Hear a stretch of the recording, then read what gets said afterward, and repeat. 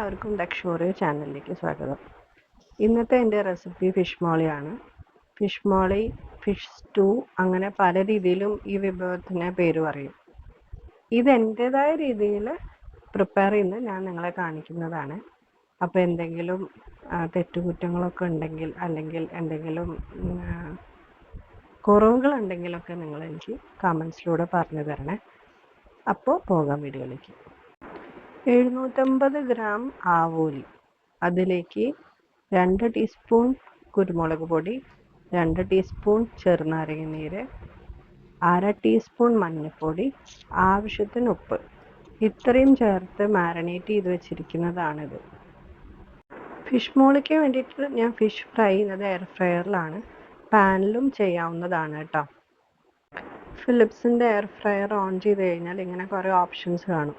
അതിൽ ഫിഷ് എന്നുള്ള ഒരു ഐക്കൺ വരുമല്ലോ, ആ ഓപ്ഷൻ സെലക്ട് ചെയ്ത് ഞാൻ പ്ലേ ബട്ടൺ കൊടുക്കാറാണ് പതിവ്. അപ്പോൾ കറക്റ്റായിട്ട് കുക്കായി വരും. കുറവോ കൂടുതലോ ആക്കണമെങ്കിൽ നിങ്ങൾക്ക് അങ്ങനെ ചെയ്യാം. 160 ഡിഗ്രിയിൽ 23 മിനിറ്റിൽ റെഡിയായ ഫിഷ് ഫ്രൈ. ഇനി കറിയിലേക്ക് ആവശ്യമായത് 1.5 സവാള, 2 ടേബിൾ സ്പൂൺ വെളുത്തുള്ളി, 2 ടേബിൾ സ്പൂൺ ഇഞ്ചി, 3 അല്ലി പച്ചമുളക്.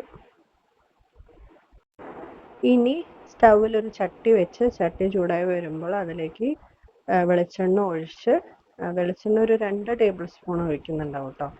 അതിലേക്ക് എന്നിട്ട് അരിഞ്ഞു വെച്ച ഇഞ്ചി, അരിഞ്ഞു വെച്ച വെളുത്തുള്ളി, പിന്നെ കീറി വെച്ച പച്ചമുളക്. ഞാൻ 3 പച്ചമുളകാണ് എടുത്തിട്ടുള്ളത്. നിങ്ങൾക്ക് പച്ചമുളക് കൂടുതൽ എടുക്കുകയാണെങ്കിൽ എടുക്കാം, പക്ഷേ ഇതിൽ കുരുമുളക് ചേർക്കുന്നുണ്ട്. അപ്പോൾ കുരുമുളകിൻ്റെ എരിവാണ് ഫിഷ് മോളിക്ക് കുറച്ചും കൂടെ ടേസ്റ്റ് കൂടുതൽ തരിക. അപ്പോൾ ആ രുചി കുരുമുളകിൻ്റെ കിട്ടണമെങ്കിൽ പച്ചമുളക് ഒരു പാകത്തിന് ചേർക്കുന്നതായിരിക്കും നല്ലത്. അപ്പം ഞാൻ 3 പച്ചമുളകാണ് ചേർത്തത്. അത് എരിവ് കുറവുള്ള പച്ചമുളകുമാണ്. ഇനി അതിലേക്ക് ആവശ്യത്തിന് സവാള ചേർത്ത് കറിവേപ്പിലയും ചേർത്ത് നമുക്ക് നന്നായി വഴറ്റാം. ഈ ഉള്ളിയുടെ കളറെല്ലാം നന്നായി മാറി വരുമ്പോൾ അതിലേക്ക് ആവശ്യത്തിന് ഉപ്പ്, ഇനി 1/2 ടീസ്പൂൺ മഞ്ഞൾപ്പൊടി, 1 ടേബിൾ സ്പൂൺ കുരുമുളക് പൊടി, ഇനി 1 ടീസ്പൂൺ മല്ലിപ്പൊടി.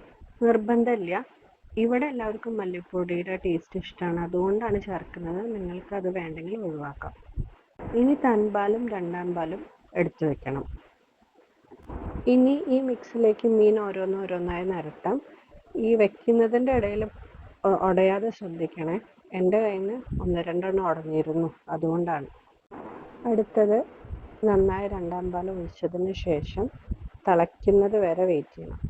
നന്നായി തിളച്ച് ഒന്ന് ചെറുതായി കുറുകി മീനിലൊക്കെ തേങ്ങാപ്പാൽ പിടിച്ചെന്ന് കാണുമ്പോൾ നമുക്ക് തൻപാൽ ഒഴിക്കാം.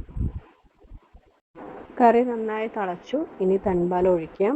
തൻപാൽ ഒഴിക്കുമ്പം സ്റ്റൗ ഓഫ് ചെയ്യാൻ മറക്കരുത്. സ്റ്റൗ ഓഫ് ചെയ്തതിന് ശേഷം ഈ ചട്ടിയിൽ ഇരുന്നത് തന്നെ ഈ തൻപാലൊന്ന് നന്നായി ചൂടാവും. ചൂടായി കഴിയുമ്പം അതിലേക്ക് ആവശ്യത്തിന് കറിവേപ്പില ചേർക്കാം. കറിവേപ്പില ഞാൻ കുറച്ച് തിരുമ്മിയാണ് ചേർക്കാറ്. നിങ്ങൾക്ക് നിങ്ങളുടെ ഇഷ്ടത്തിന് ചെയ്യാം. തിരുമ്മി ചേർക്കുമ്പോൾ എനിക്ക് അതിൽ കുറച്ചും കൂടെ നല്ല സ്മെല്ല് ഉണ്ടാവുമെന്ന് തോന്നാറുണ്ട്. അതിനുശേഷം പച്ച വെളിച്ചെണ്ണ ഒഴിക്കാം. പച്ച വെളിച്ചെണ്ണ ഞാനൊരു സ്വല്പം ഒഴിച്ചിട്ടുള്ളൂ.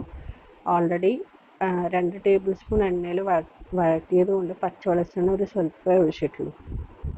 അവസാനമായിട്ട് കറിക്ക് കുറച്ച് പുളി കിട്ടാൻ വേണ്ടിയിട്ട് നമുക്ക് എന്ത് ചെയ്യാം, വിനീഗർ ചേർക്കാം. വിനീഗറോ അല്ലെങ്കിൽ ചെറുനാരങ്ങ നീരോ ചേർക്കാവുന്നതാണ്.